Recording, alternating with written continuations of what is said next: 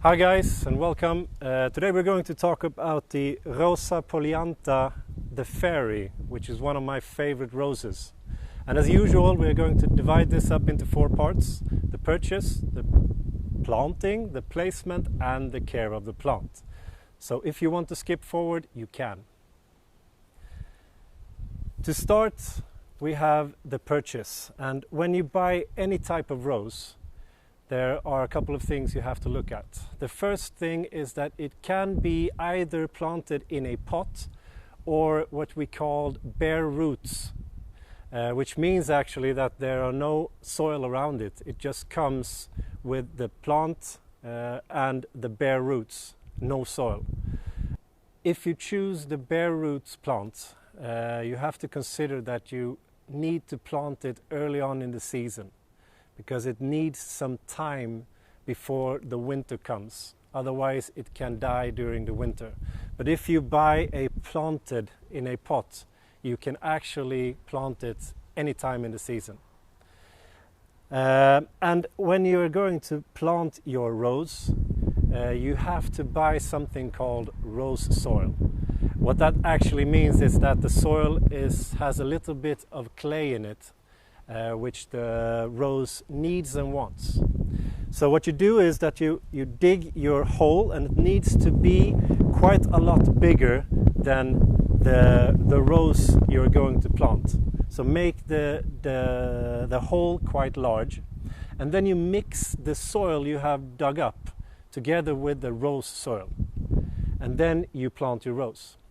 Now usually means that also the Fairyrose comes like this.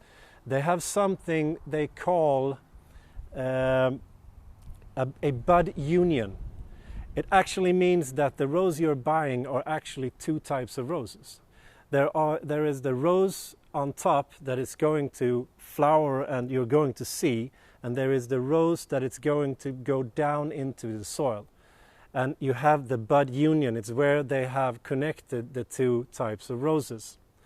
They do this to make them more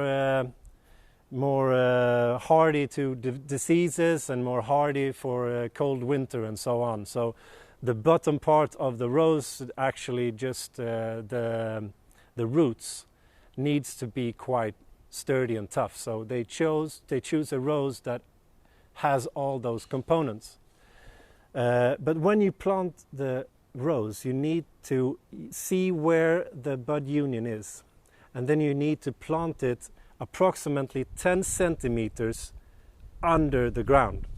So you look at the plant and see where the union is, and then you plant it 10 centimeters down into the soil. This makes the rose quite hardy and tough.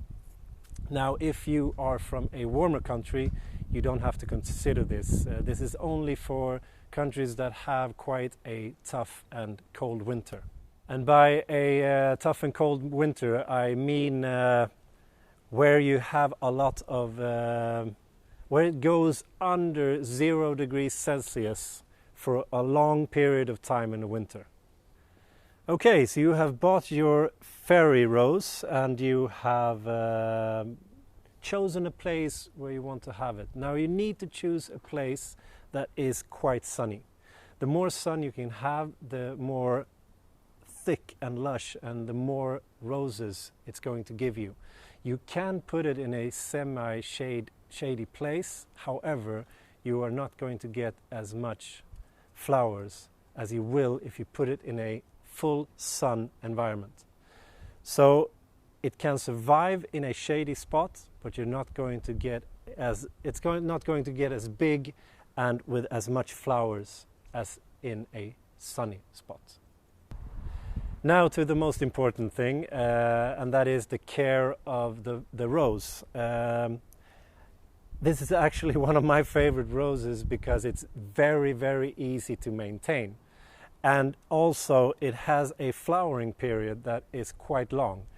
We are now in the southern parts of Sweden, where we have a summertime when it is about 20 to 25 degrees Celsius in the daytime and about 15 degrees in the nighttime. And here this rose starts to bloom sometime in early June, and then it blooms all the way until the frosts arrive in maybe October. So it's going to approximately bloom for maybe 4 or 5 months, depending on when the cold winter arrives. And there is only a couple of things you have to do to make it happy. The first thing is that in early spring you have to cut it and prune it from the season before.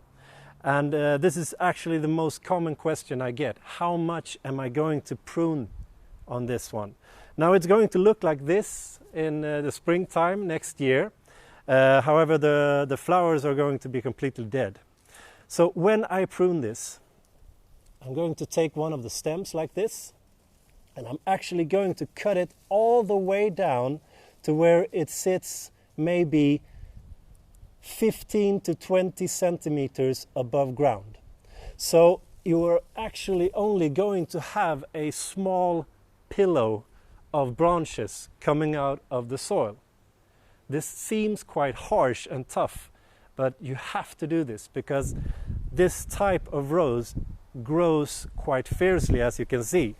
In early spring there was only 15 to 20 centimeters of every stem here, and it has exploded completely during the summer. If you don't do this, it's going to be even bigger and just take over the spot it's in.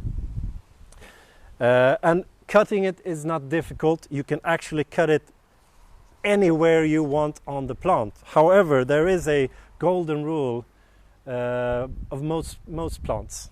So when you cut it in between the leaf pairs. So you have one leaf there, you have another one down here, and you cut it in between, like this.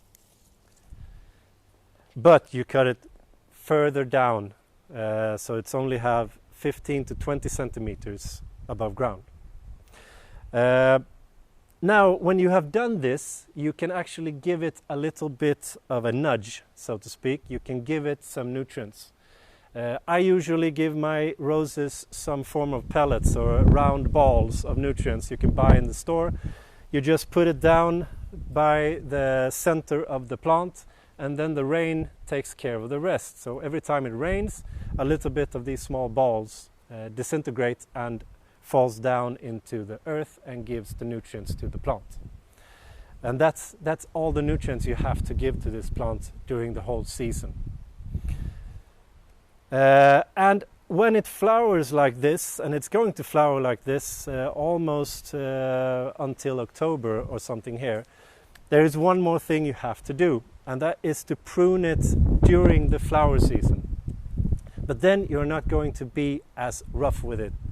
The only thing you have to do, and I'm going to show you over here, we have another plant here that I haven't cut for the entire season, and it looks like this. Now you can see the big difference here is that you have a lot of the flowers that are dead, and you almost have no flowers that have buds on them and are beginning to grow again.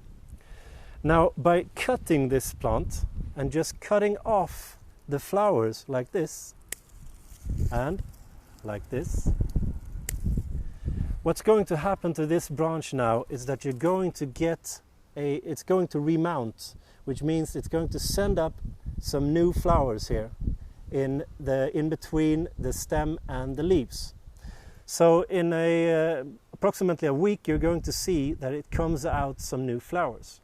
Now it doesn't do that if you don't cut it. So this one hasn't been cut all season, and therefore you haven't got the same amount of flowers that we had on the other rose. So the first thing I'm going to do after this is going to cut this up and let it reflower again. So that's all you need to know about the Rosa Polyantha, the fairy. I hope you've enjoyed this video and it helps you in your garden. And if you have any questions, please don't hesitate to make it in the commentary section. And also, please don't hesitate to go in and subscribe to our channel.